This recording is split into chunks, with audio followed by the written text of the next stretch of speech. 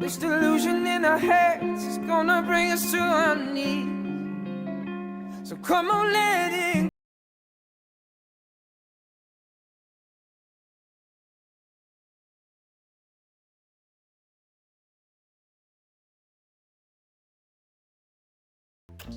Hey y'all, hey, it's Queen Kai. Oh my god, it's been like 2 years since I posted my very first video, and it's so crazy because everybody keeps telling me and my family to do YouTube because my son just is hilarious.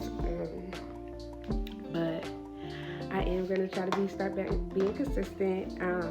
Today is December 8th, I think. December 8th, and we're doing holiday pictures. You can kind of see my daughter's dress in the back, and I'm so excited. So just gonna take you guys along with me while I get like my pampering done. I gotta get my hair done, my nails done, my makeup done, and then yeah, I'll be back to you guys in a little while. Hey y'all, so I'm gonna start my day getting in the shower. My children are still sleeping. It's 8:25 in the morning. They're still asleep. I'm gonna let TJ sleep, and my baby's just went back to sleep. So when she gets up, I'm gonna get her up and dressed. And then she's gonna come with me to my hair appointment because it is just easier for me to have her because she don't like nobody but me. My hair appointment is at noon. So I'm just gonna get ready, get in the shower, brush my teeth, do what I gotta do, then make a quick little breakfast for everybody, and then yeah, I'll be back to you guys later.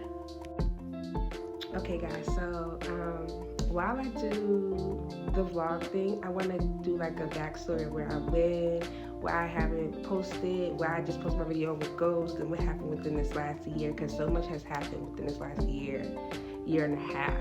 So stay tuned for that.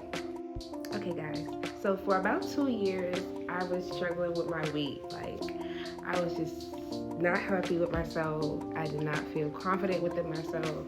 I just had a lot going on with my weight. I couldn't lose weight, and then when I did lose weight, I couldn't keep the weight off. So I put some cushion. So I ended up going on a weight loss journey last year, 2022. It started in, I want to say April, and then I had my surgery September 13th, 2023. My starting weight, I was like I was like 287-ish. When I went into surgery, I was 217. And yeah. Okay, so I had my surgery September 13th, 2022, not 2023. So that's when my journey, the hard part of my journey really begun. I do have my clothes. So my baby waking up, y'all. So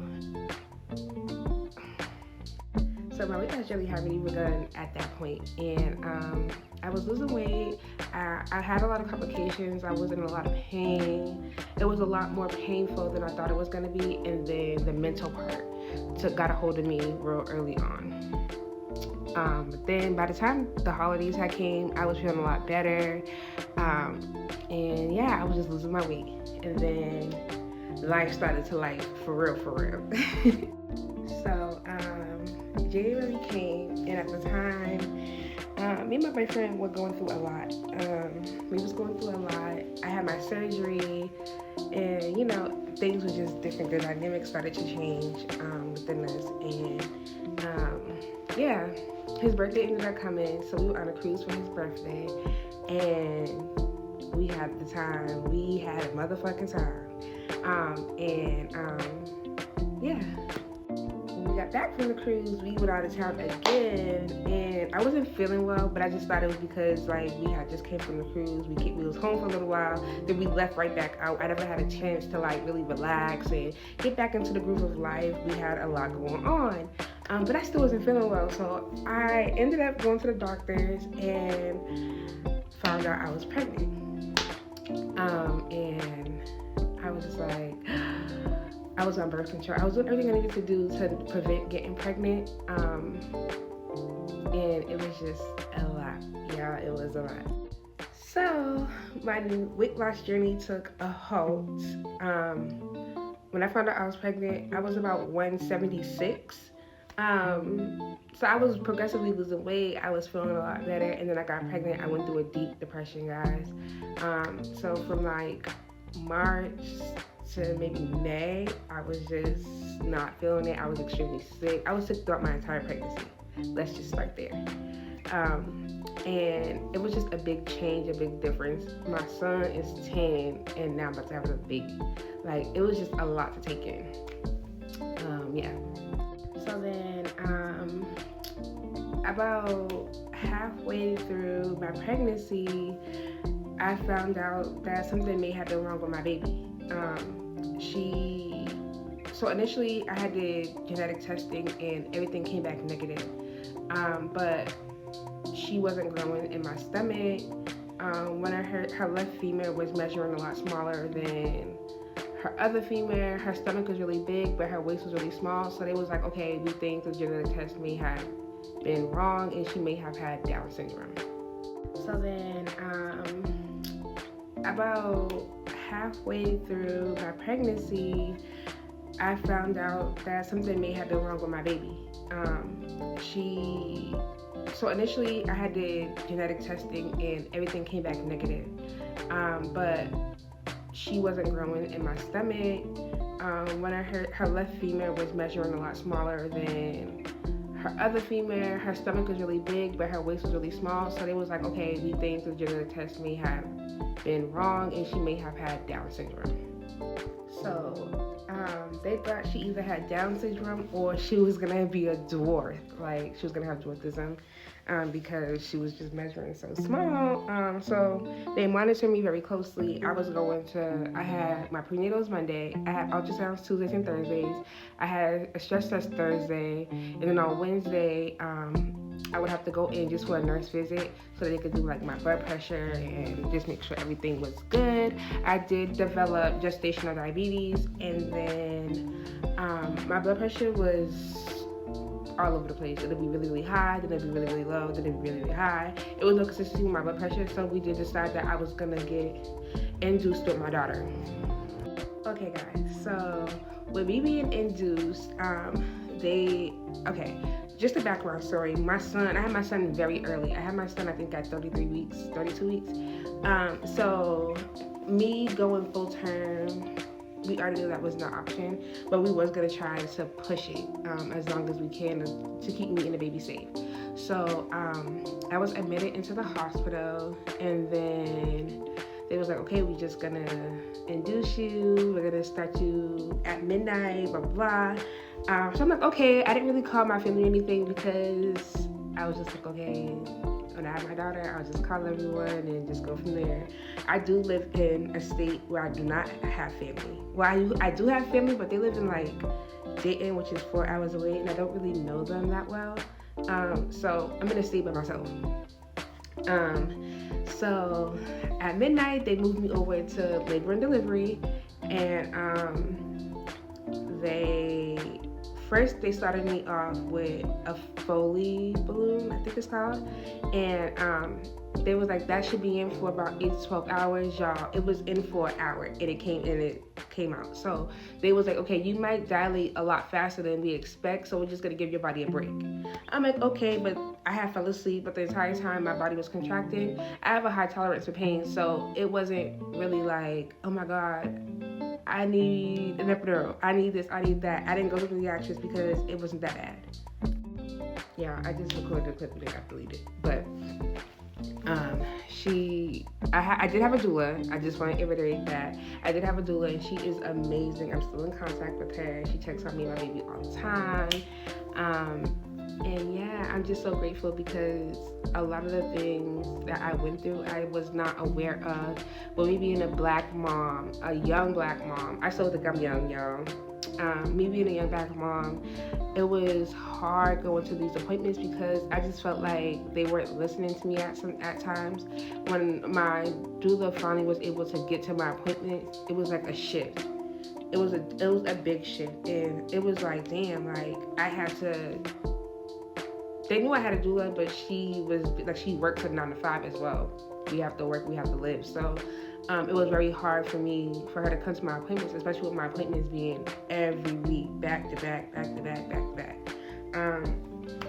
So I do appreciate her. If you're in the state of Ohio, in Summit County or Cobb County, definitely try to get in touch with Birth and Beauty, because they are amazing and they give you so much information, and I really appreciate them. And this is not sponsored, y'all. This is not sponsored. I just want you guys to know, yeah, get you a doula.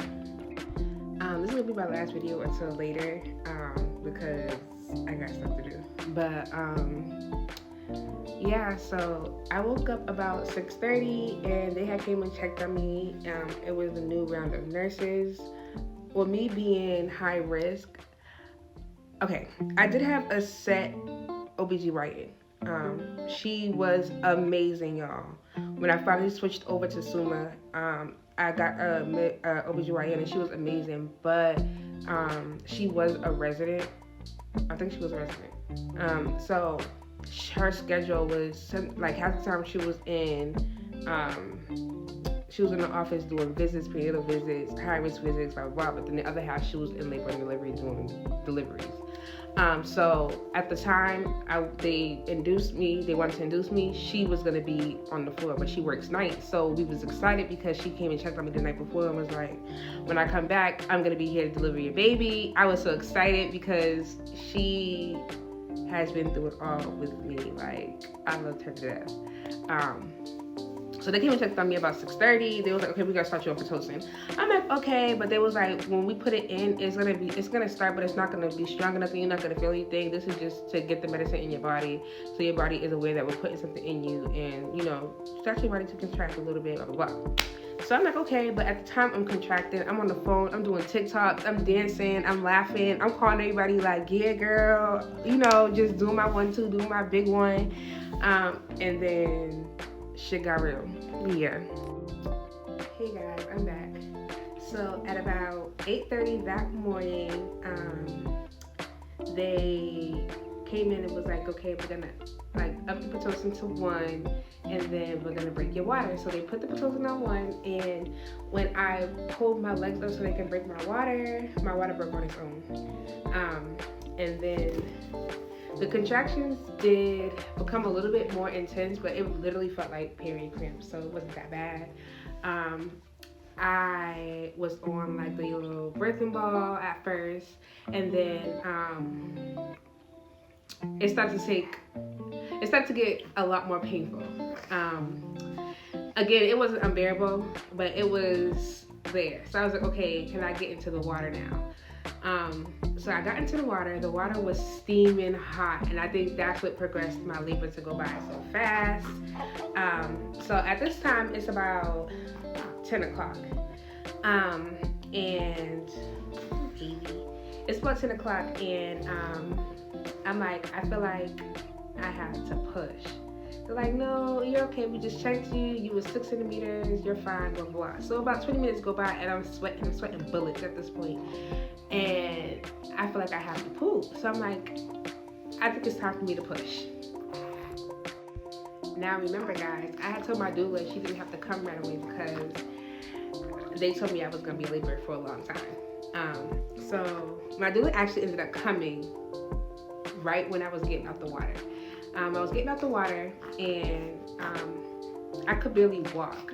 I was like, I think my baby's coming. So the nurse is just dragging her feet. She was like, well, I'm gonna get you in a bed, then I'll call for a doctor to come down and check you again, and then we'll go from there. I was like, no, I think my baby's coming. So I make it to the bed, and she's just talking, doing her 1-2. My doula comes in, me and my doula's talking. No, I'm lying, me and my doula's not talking yet. She doesn't come in yet. So I picked my leg up to get on the bed, and my baby's head was damn near out of my cootie cat. And the nurse looked and was like, oh my God, and she pulled the thing out the wall, and all the doctors and stuff came running.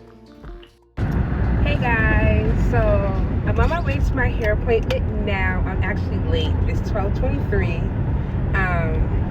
And yeah, I was just gonna finish up my story time while I'm on my way there.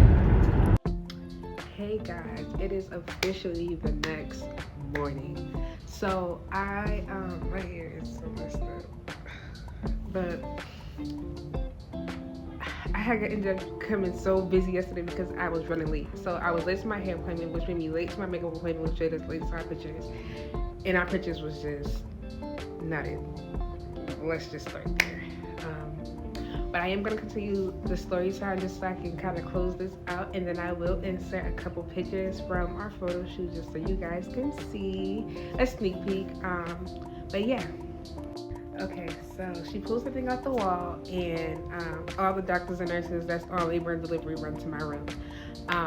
My doula comes in, and she's like frantic because the last time we spoke, they was just diagnosing me the Pitocin, which was like an hour and a half ago. So what happened between this hour and a half? So then they come in. They're like, just wait till the doctor gets here, wait till the doctor gets here. But I'm like, okay, but my body, I can't stop my body from pushing. I hate when doctors be like, don't push, don't push, don't push. I don't have to push. My body's gonna contract by itself. My body's gonna contract and it's gonna push down by itself. That's what happened.